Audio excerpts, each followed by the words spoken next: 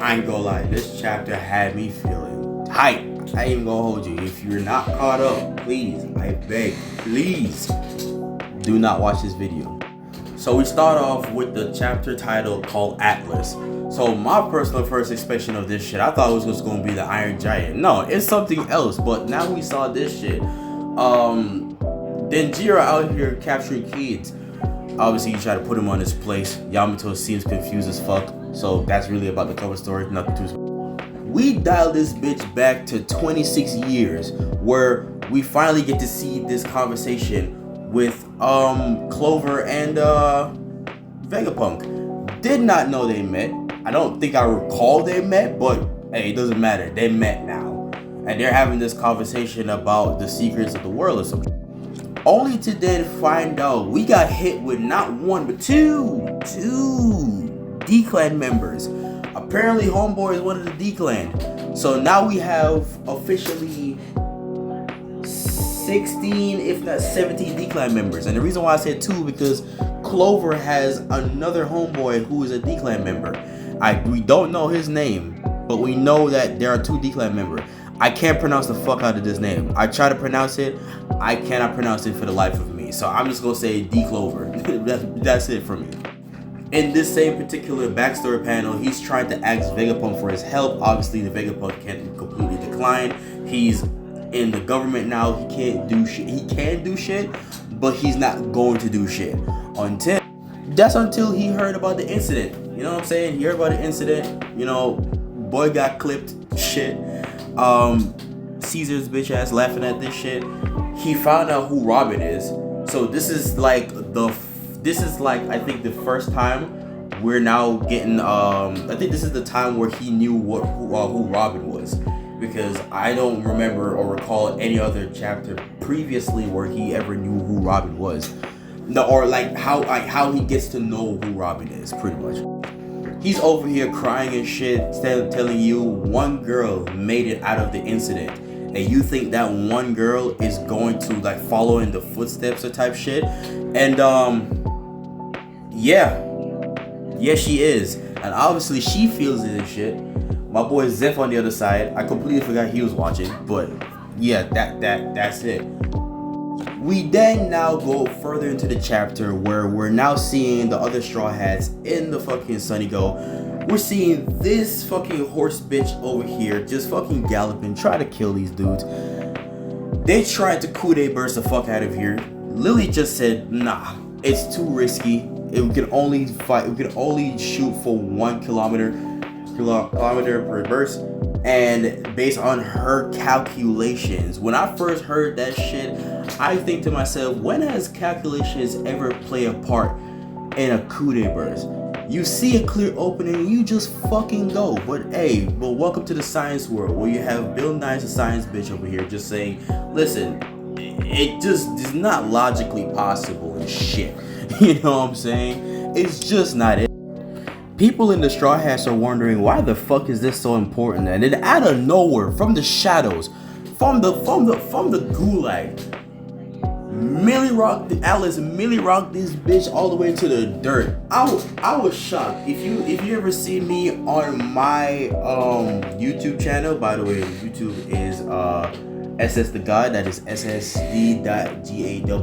If you want to go to that YouTube to see my reaction to that shit, please go do so. It's very fun.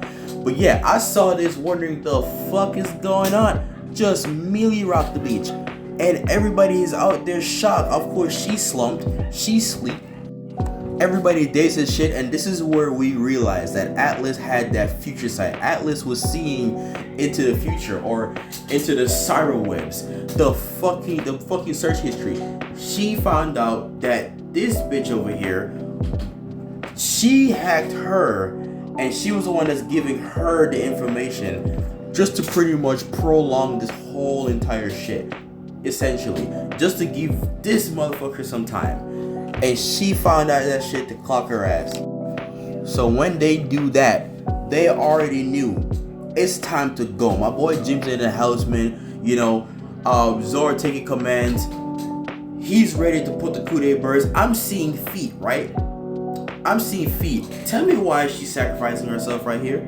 Tell me why. Why would you do this? Why would you do this? Who do you think you are? Who the fuck do you think you are? Honestly. So they saw this shit. I saw this shit, right? And obviously she got her hand cut off, but came in tried to spear tackle the fuck out of Saint Venus Juro, right? Out here trying to fight Venus Juro in prolonged time. Then we finally got the burst. By the way, this is the most detailed Kude burst I have ever seen in my life. Prove me wrong. Like, honestly, prove me wrong. Prove me wrong. This is detailed as fuck. And obviously they take it off and shit. So now we go to a different section with a fight where we see Luffy and the Giants and everybody like this. This is the most realistic reaction I've ever seen. One of these Marine fathers came in and was like, yo, we got birds in this. We got birds, we got pigs, we got fucking like worms that has the Gok 3000. And now we have Iron Giant. Now we have Bigfoot. You know what I'm saying? Now we have that one robot, I can't remember the name, in Astro Boy, because he reminded me of that nigga from Astro Boy. And he asking, where did all these people came from? I don't fucking know. But we gotta lock in, you know what I'm saying? Because right now, he's talking. The Iron Giant is talking to Luffy, right? Basically telling him, it's great to see you, Joy Boy. I'm doing my best to protect you, so on and so forth. Obviously, Luffy doesn't know who the fuck this guy is. Obviously, Luffy doesn't know he's Joy Boy yet.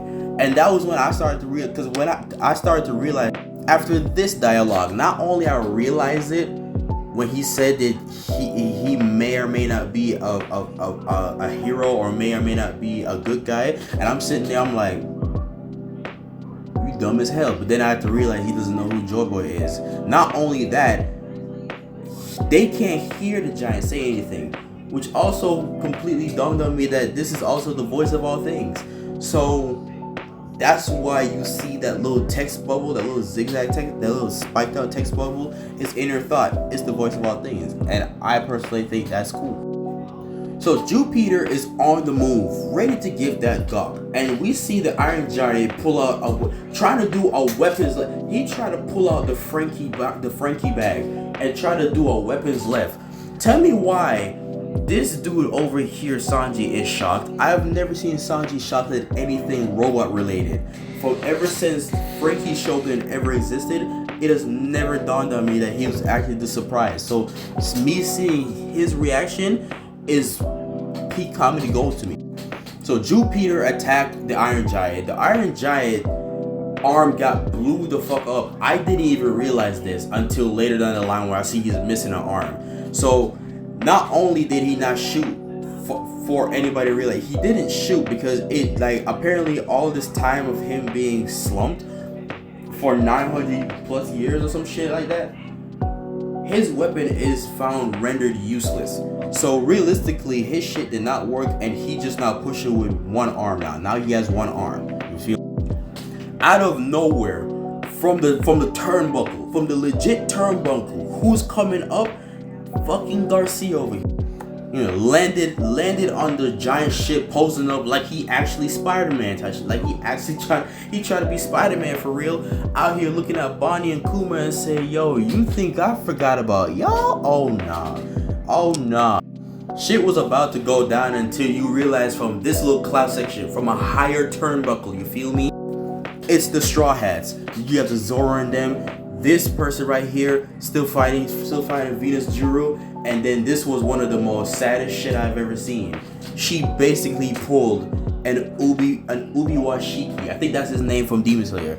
She pulled an Ubiwashiki, oh god, and completely self-destruct. Android 17 style.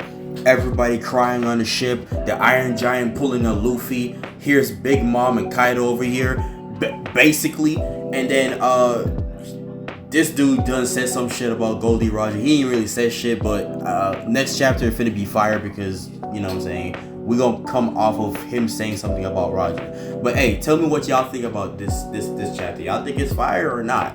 Me personally, I give this a 8.5 out of 10, if not a 9.